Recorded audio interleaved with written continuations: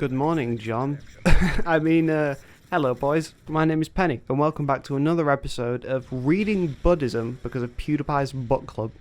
Yeah, I wish I was joking, but I did do that at one point. But I do like going back to those videos because they're quite calm. It's a nice change in the world of MrBeast thumbnails and AI-edited YouTube shorts. As much as I love watching Joe Biden, Barack Obama, and Donald Trump argue about who they would most likely to have sex with out of the Fortnite characters, I also just like listening to a Swedish man talk about his books.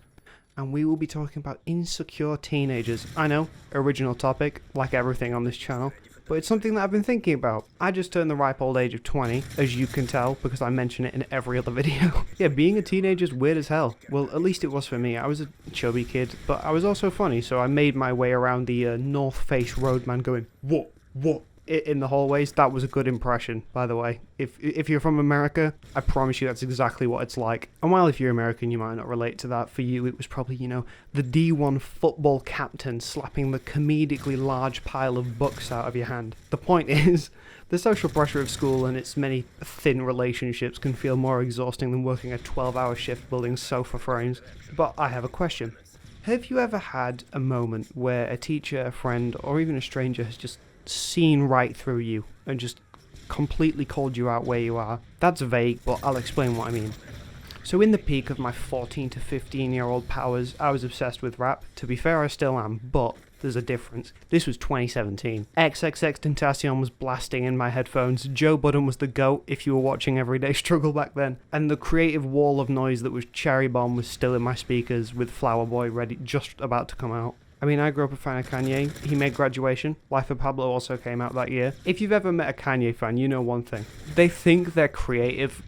The self-confident left-of-center energy I had from growing up with listening to Tyler and Kanye was radiating within my nerdy bullied self. So I did what any other self-respecting teen did. And I started making music.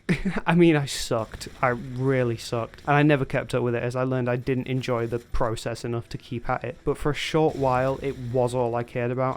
That's the story of every teenager, right? During this time, music became my favourite subject at school, and my teacher was someone that I respected. I respected them before that. She was always really nice, and she was quite patient with the less interested kids as they just fucked around banging tambourines and snuck on their phones. So I liked her for that already, but, being the class clown myself, it was nice to not get in trouble for making people laugh because I wanted them to like me. Because of this new fixation, I hung around the music department a lot, and I made friends with the band kids. And while I annoyed them by asking them to play songs that weren't The Greatest Showman or whatever they listened to, or asking them to explain to me why I like the things that I like and what it means, they were generally quite nice to me. I didn't even do music as a specialised course, so I wasn't even supposed to be allowed into the building. I guess they were concerned about kids stealing stuff or something. At the peak of my music fanaticism, I was making these really choppy Kanye rip-off beats using gospel sounds on the school's garage band on its MacBook. And while they sounded terrible, I remember being caught by this teacher at one dinner just messing around on the piano they had. I think I was trying to play Redbone by Childish Gambino. She just opened the door and I jolted because I'm thinking I'm about to get one of my favourite teachers to shout at me because I'm in a room that I shouldn't be in because I wasn't allowed to go into the practice rooms. But she simply just asks, what am I doing? I explain, we have some small talk, but before she leaves, she just goes, "You know more about music than you think you do. You need to trust your ideas more." And yeah, really, all that lead up just for that. Yeah, I know it's not much, but in the moment I felt like I had been completely seen. I don't know if I've made it obvious through this video. I was an insecure kid and I felt like an outsider, and maybe I was, or maybe I was just being an edgy teenager. But everything is so socially important that perception kind of becomes the ruler of everything. And in this moment she saw through the jokes deflecting my insecurities and the shoulder brushing at things that I really cared about to try and fit in. And it felt like she shined a floodlight on my whole personality. And since then I've had that happen once or twice, and every time it's nice, but it's also weirdly painful. As I've gotten older, I've learned to be less insecure, but those moments still happen every now and then. And I still embrace them because I think we should, especially as men. I think a lot of day-to-day life as a man it's not fake, but it's not honest either. How many times has someone gone, "You alright?" Just saying hello, and you've gone, "Yeah, you," without even thinking.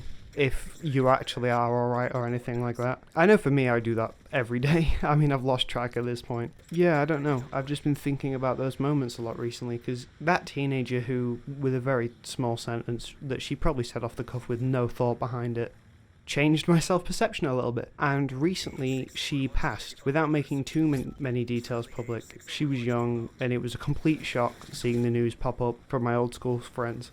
And while I can't tell her how much that moment meant to me and how much she helped me at a time when I really needed it, I will always remember that. So I will always remember her, which I think in the end is one of the most valuable things you can actually do for anyone, is remember them. I mean, I'm sorry to end this on such a sad note, but, you know, I think being remembered for the small impacts, yet also great ones, that you made on those is a beautiful thing. And I hope you will think about your own actions more. And not only that, but think about what those moments were for you. If you ever had a moment like this, maybe not where someone just shines a light on you, but, you know, small things that someone did that really impacted you and you hold somewhere special. I think reminiscing on stuff like that from time to time is not necessarily a bad thing. It's quite nice and safe. But yeah, if you have had them, let me know, or don't. The point is you remember them. I hope you're doing well. I'm sorry that this video was probably such a downer, but still, you know the drill. Pull over if you get tired. I'll see you soon. Bye.